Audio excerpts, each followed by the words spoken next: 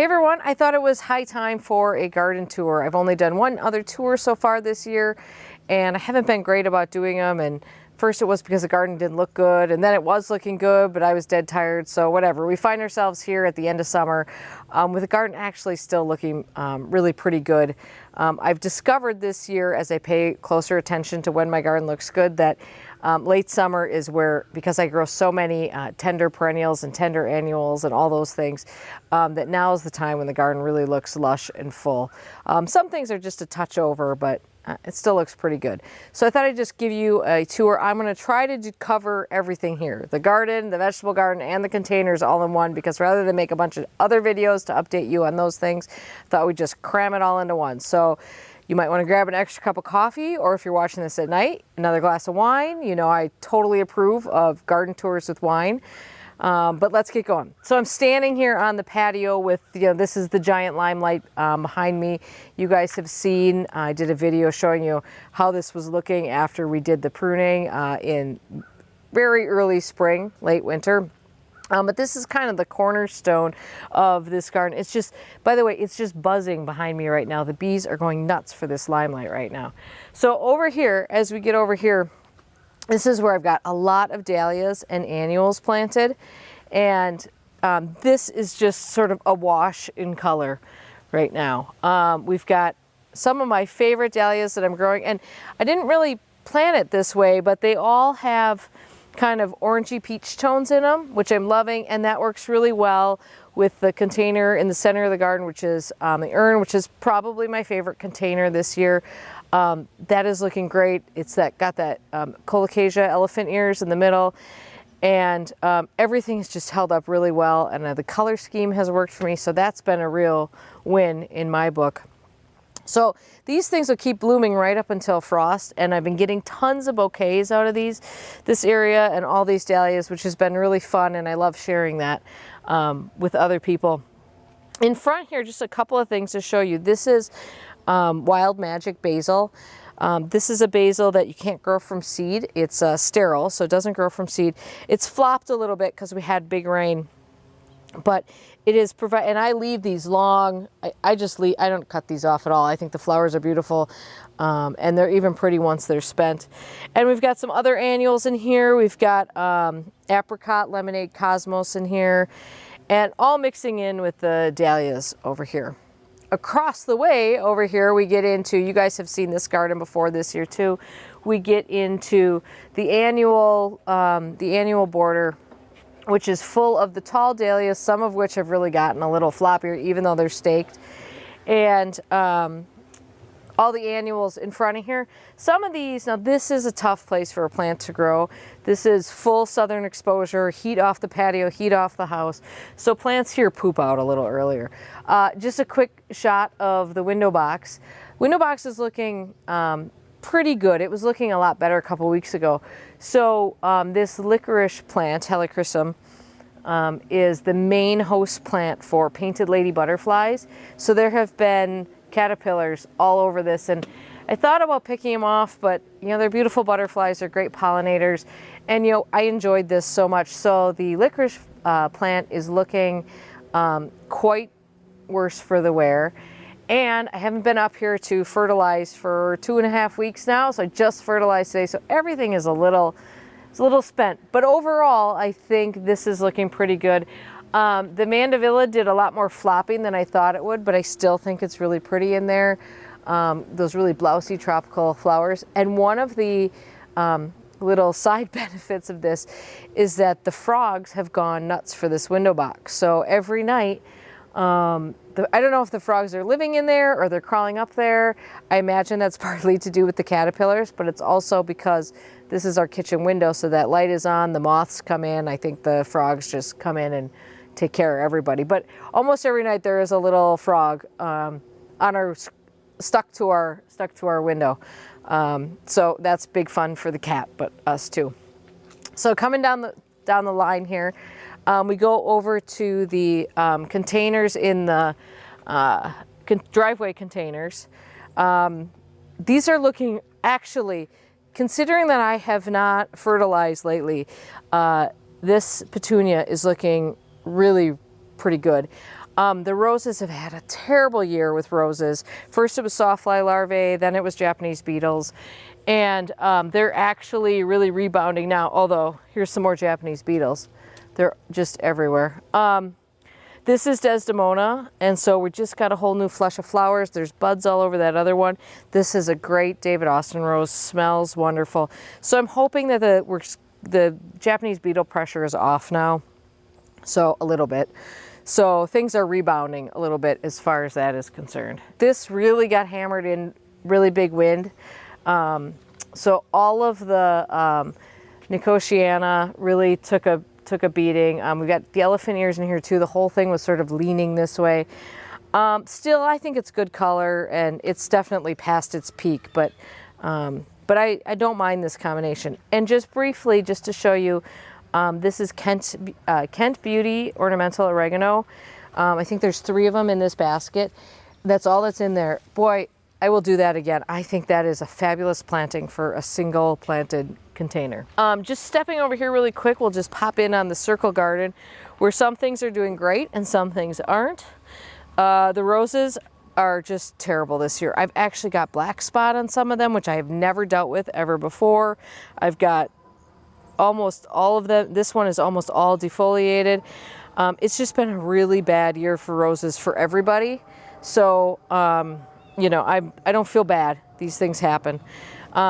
Inside of here, the lantana is finally getting going. You know, lantana is such a good plant and I like it so much, but boy, it really wants the heat to get going. So that's one of the things I'll have to sort of plan in the future, is that it doesn't look good until like the end of July, maybe. I've cut back the chives once already. I am debating cutting them back one more time because they're starting to sort of flop and get a little yellow. I may cut them back once more. I think they'll grow back once more yet this year if I do that to get a fresh flush. Over here, Bobo Hydrangea is looking so pretty. I love that hydrangea. It just blooms its head off. So that is really stunning. And of course, this whole section is pretty good, although I will say that the Hakana Cloa All Gold is in too much sun. It's getting a little crispy. So I'll have to decide if I want to just put up with that or if we're gonna replace that. We'll see. Everything else in here is pretty much as you've seen it before. The clematis in here have wound down and everything else is just kind of trucking along as best it can. So along the side garden here, this is Tough Stuff Hydrangea. These blooms are pretty much spent now. And if I needed to prune this, which I don't believe I do, now would be the time to prune it because these bloom on old wood. So you'd want to get on that right away because they're already starting to think about working on next year's flowers. This is Calamintha. This is Montrose White, and this is a great plant. I have I wrote something about this on the blog a year or two ago, and I will link to that because this is a plant that you should really consider getting. It just fills in a space really nice and has these beautiful kind of delicate white, light pink blooms. So here's Annabelle. It's starting to flop a little bit, although the blooms when you do see them are just beautiful. I love that lime green color that they have, and they hold that a lot longer than like Incredible. But I'm noticing that the dogs have been barking at night lately, and now I know it's because the deer have been sniffing around, so I got to get some deer spray on everything. Across the way here, this is what I've been calling the hot border, only because this is where I tend to stick the yellow and orange and red plants.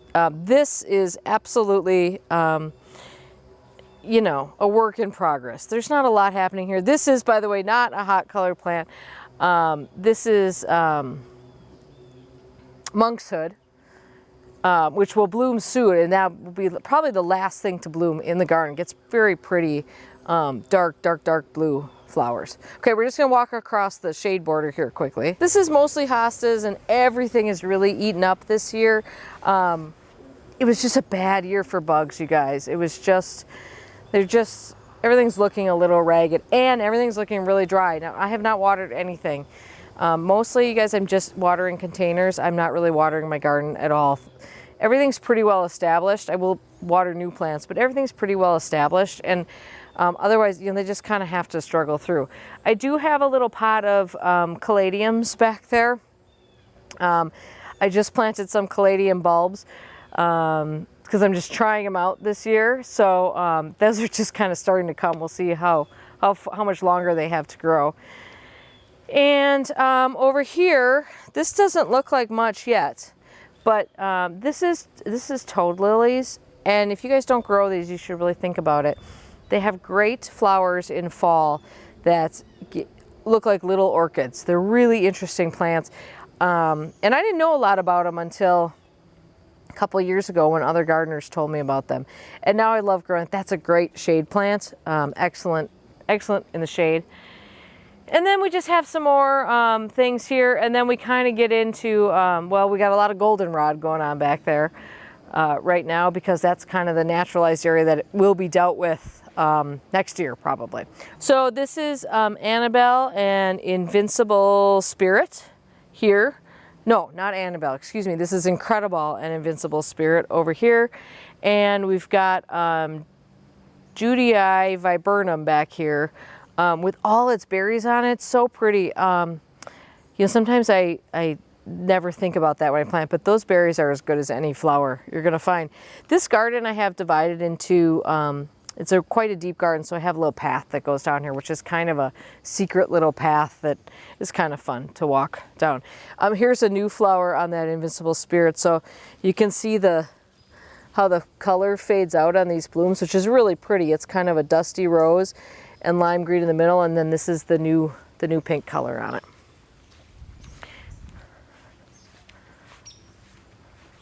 So talk about gardens that I don't know. So this is mostly spirea in here, and I gave everything a pretty good cutback after it flowered. So this is all new growth that you're seeing, which is kind of well, quite pale. I think really what it is sunburn in some cases. So this is an area that is not looking its best right now. Now, if you watch the tour video that we did in I think it was June, we talked about this tree right here. This is Venus Dogwood, and at the time it wasn't looking great, and I thought, well, maybe it'll make a comeback. It's all winter damage. We had a terrible winter. And I would say the only branches that are showing any signs of life are these, but if you look at the leaves, these aren't happy either. They're all curled up. So unfortunately, I think this plant is probably going to have to go. I left it here, and I probably won't dig it out this fall, but I don't see any chance of this rebounding, even if I cut away. And this is all fully dead here. So there wouldn't be much left if I cut that away to begin with. And I don't think what's there is gonna survive very well. When we did our last video, someone had suggested that if we have to replace this tree, that we think about replacing it with something red-leafed, like a redbud, like one of the purple-leafed redbuds. And I think that's a fabulous idea. This area needs some different foliage color and needs some contrast. And in fact, I think I might have to think about what's going on in this whole bed because it's all a little green. So anyway, so maybe I'll be looking for a purple leaf redbud for next year, but I'm pretty sure that tree, unfortunately, which is a beautiful tree, I'm pretty sure that tree is done. More signs of deer eating hostas over here. I can't say the hostas look any worse than they did, although I see now that they also ate my hydrangea over here. So like I said, the deer have been around. This pot keeps going and going and going, despite the fact that I keep forgetting about it, watering it. I throw water on it every few days, every time I look out the window and I see that it's all wilting. This is Mexican sunflower, Tithonia, and this is a great marigold in here. So that's just, at least we're getting some color in this part of the garden, which is welcome. This garden is, I've always kind of done this garden in pinks and whites. And we've got our crabapple here, and then I've got in here, well, various things. Mostly with this garden, I don't really spend a lot of money in this garden. This is mostly divisions from other areas in the garden or other gardens. We've got some phlox going right now. I don't know what the name of this phlox is. I got that from my mom, but it's nice and bright, and it does well in this sort of part sun situation. Got a great plant back here. This is called Mountain Mint, and I cannot remember the botanical name right now, so I'm going to put that up on the screen for you. But this is a beautiful plant. It spreads. It is in the mint family, and it is going to spread, which is exactly what I want. I want something to fill in this area. And just it's beautiful color on that. I love that kind of silvery color on the top of it. So this area is nothing to show off. It basically looks like a lot of mulch with some plants randomly stuck in it. And that's exactly what it is. So this is the edge of our woods. Now, you guys can see back here, this is all basically ferns. These are all ostrich ferns. There's probably several thousand ostrich ferns back here. So what happens though between that and the grass is that we get all sorts of jewelweed and weedy things. So what I'm trying to do is create a very low maintenance shrub border between the ferns in here to kind of create ease into the lawn a little bit. And so these are just some things that I've had or I've picked up or have been sent, and there's not a lot of rhyme or reason of what's going on here, and I figure I could always move things around in here once I get a little bit more of a plan. But I just want to get things in here and started. Speaking of red buds, this is what's left of our forest pansy red bud. We have lost branches off it every year since we planted it, and this winter the whole top of it died off, so we cut that off. And now these were all leaves, and I see the deer ate this overnight. So this is the most ridiculous looking plant in the yard, and that's what happens sometimes. Maybe it'll recover someday and be some sort of, I don't know, shrub or something. This area never changes from year to year. I've showed you this in other tours. But you know what's great about this is that I do nothing to this area. It just does its own thing. Sometimes I dig out some of the lamium and move it somewhere else in the garden. But otherwise, we've got an incredible hydrangea. We've got Aurelia silver umbrella right here. We've got a fern in there. We've got a couple of hostas in there. And that's it. And I don't do anything to this part of the garden. And that's fabulous because you can't be working on every part of your garden all the time. So I mentioned that it's been dry. And this part of the garden really shows that. This soil, I don't really amend any of my soil, so to speak, but what I do is put a lot of leaf mold on it or put a lot of arborist chips on it, which over time that works into the soil.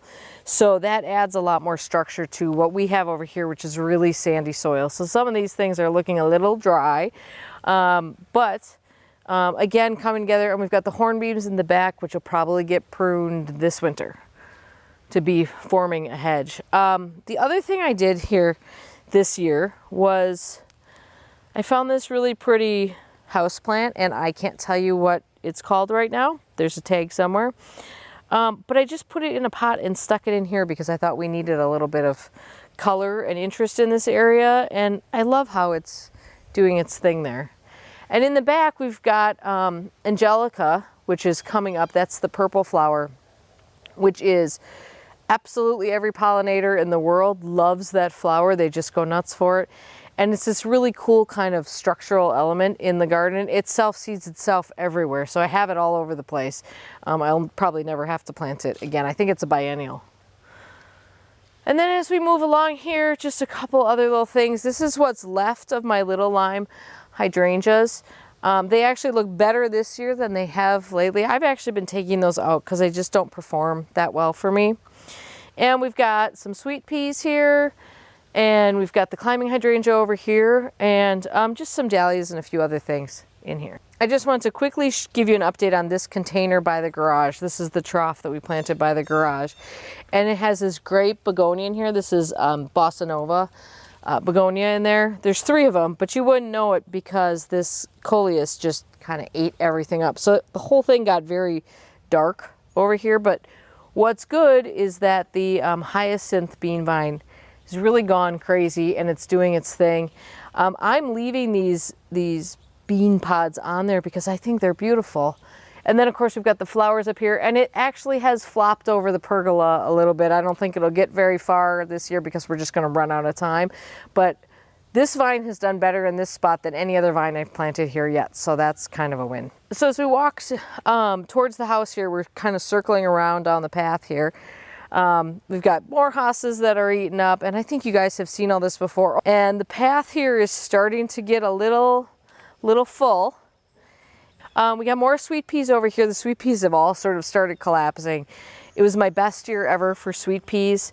I don't know if it was the weather or I did something different, but everything really produced well. I think it's because I kept picking bouquets all year, and they love it. They just love making new flowers when you do that. Okay, so now we're back where we started here.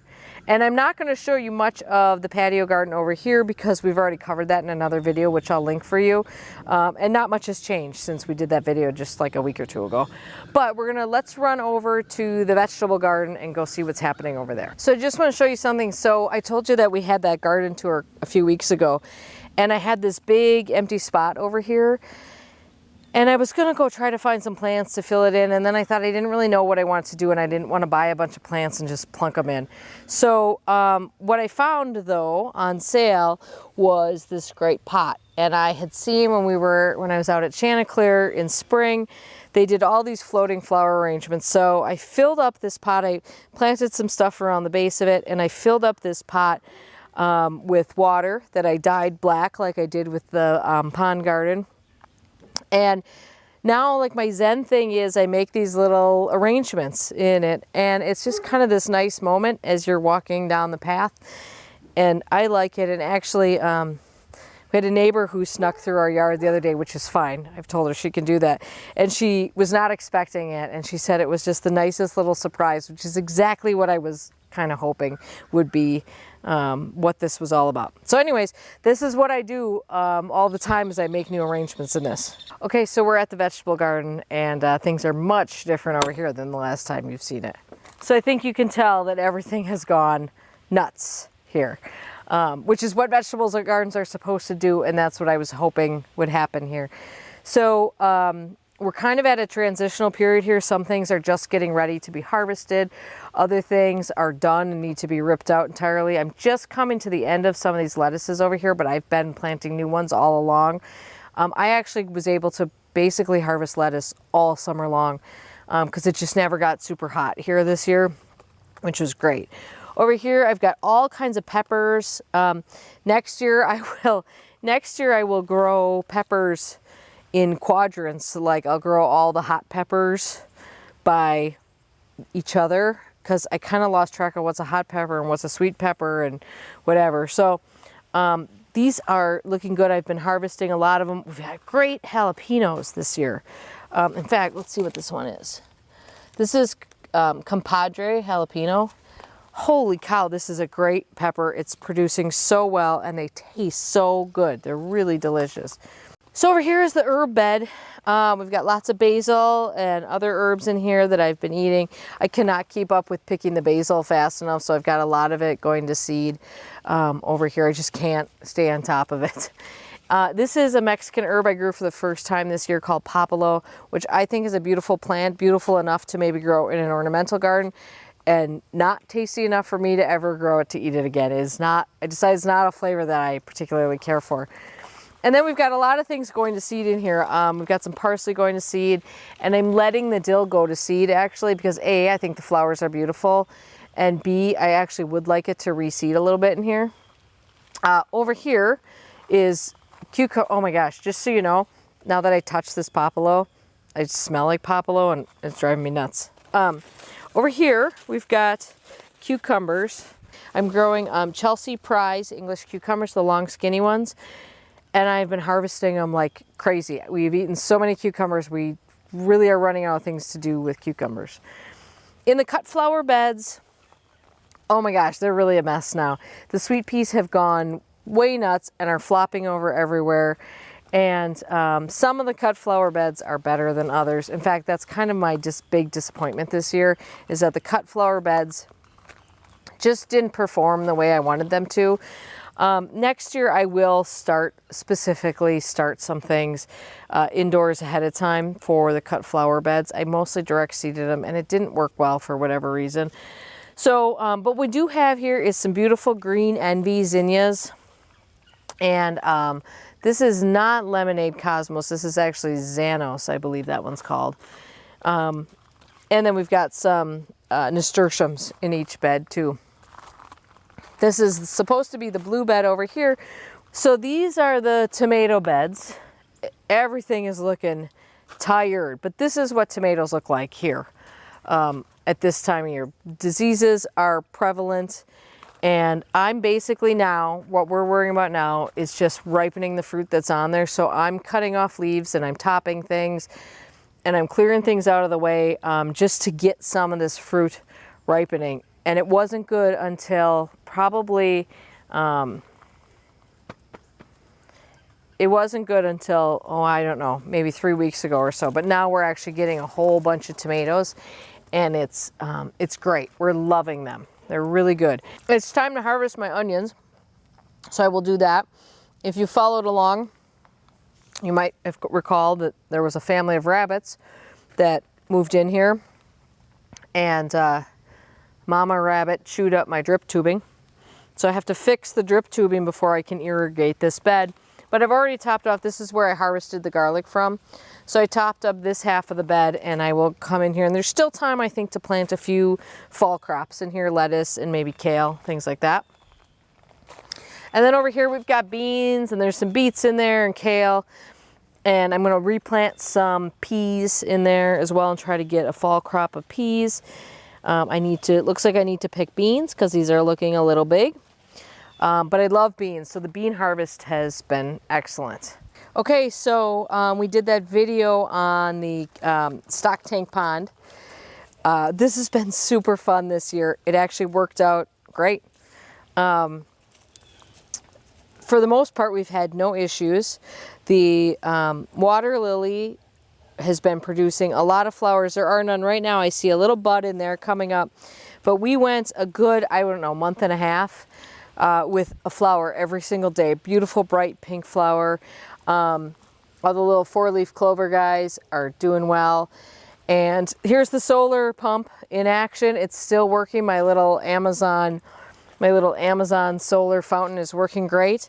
A lot of people suggested, actually, first of all, people had great suggestions about what we should do because this is the first time I've ever done this. A lot of people suggested fish. I was reluctant to put fish in here because I didn't want to have to do something inhumane with fish at the end of the season. And our plan is to empty this pond in winter. I'm going to pull out the plants. I'm going to heal them in the garden, the ones that are hardy, and hopefully they will manage over winter okay. And then the whole thing is going to get emptied and cleaned out. So I would have had to do something with the fish, and I didn't want to have to do anything mean to a fish. And we've had no problems with mosquitoes at all in here. Just this week I put in a mosquito dunk because this fountain was not working as well as it had been, and now I cleaned it out and it's working great. Believe it or not, I actually do think that this fountain provided enough water movement to help prevent a lot of mosquito larvae or bad things from sort of happening. It did get a little scuzzy along the sides at one point, so I did go in at one point and took a scrub brush and scrubbed the whole sides. But otherwise, we've not had any issues with it, and it's been just, I've enjoyed watching it so much. So I'm going to call this, so far anyways, a big success. I think it's great, and I think it's really fun in the middle of the garden. So that's the vegetable garden. And, it's just one of those times that I don't think anyone's vegetable gardens are looking particularly beautiful, but they are looking abundant. And I've got so much produce to be coming out of this garden yet this year that I'm just excited about it. And, and by the way, I had my first garlic harvest.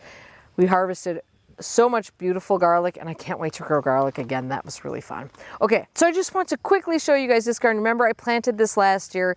This is all Hakanakloa macra, the green one. And look at how big this is getting. Now remember, there's boxwoods interspersed in here too, which are way shorter than this. So eventually they will get bigger than this, but I just want to show you how much this grass has grown here and how good it's looking. I love it. And as you can see, it's really filling in really well. I wouldn't have expected it to fill in quite this well in just 1 year. So this is looking great. So here we are back where we started by the limelight. I hope you guys enjoyed that really quick kind of run around the yard. I know it was a little rushed, but I hate to make these things go on too long. If you liked it, do me a favor, give it a thumbs up. And you guys, you know, I do my best to post videos whenever I can, but I'm probably never going to be one of those people who's posting a video at a specific time every week. So if you want to make sure that you don't miss my videos, subscribe, and that way you'll get a notification when I've got a new video up. I appreciate so many of you following, and I just want to say thank you so much. I hope you guys are having a great day in your garden. Check out more videos if you want to keep watching. Bye-bye.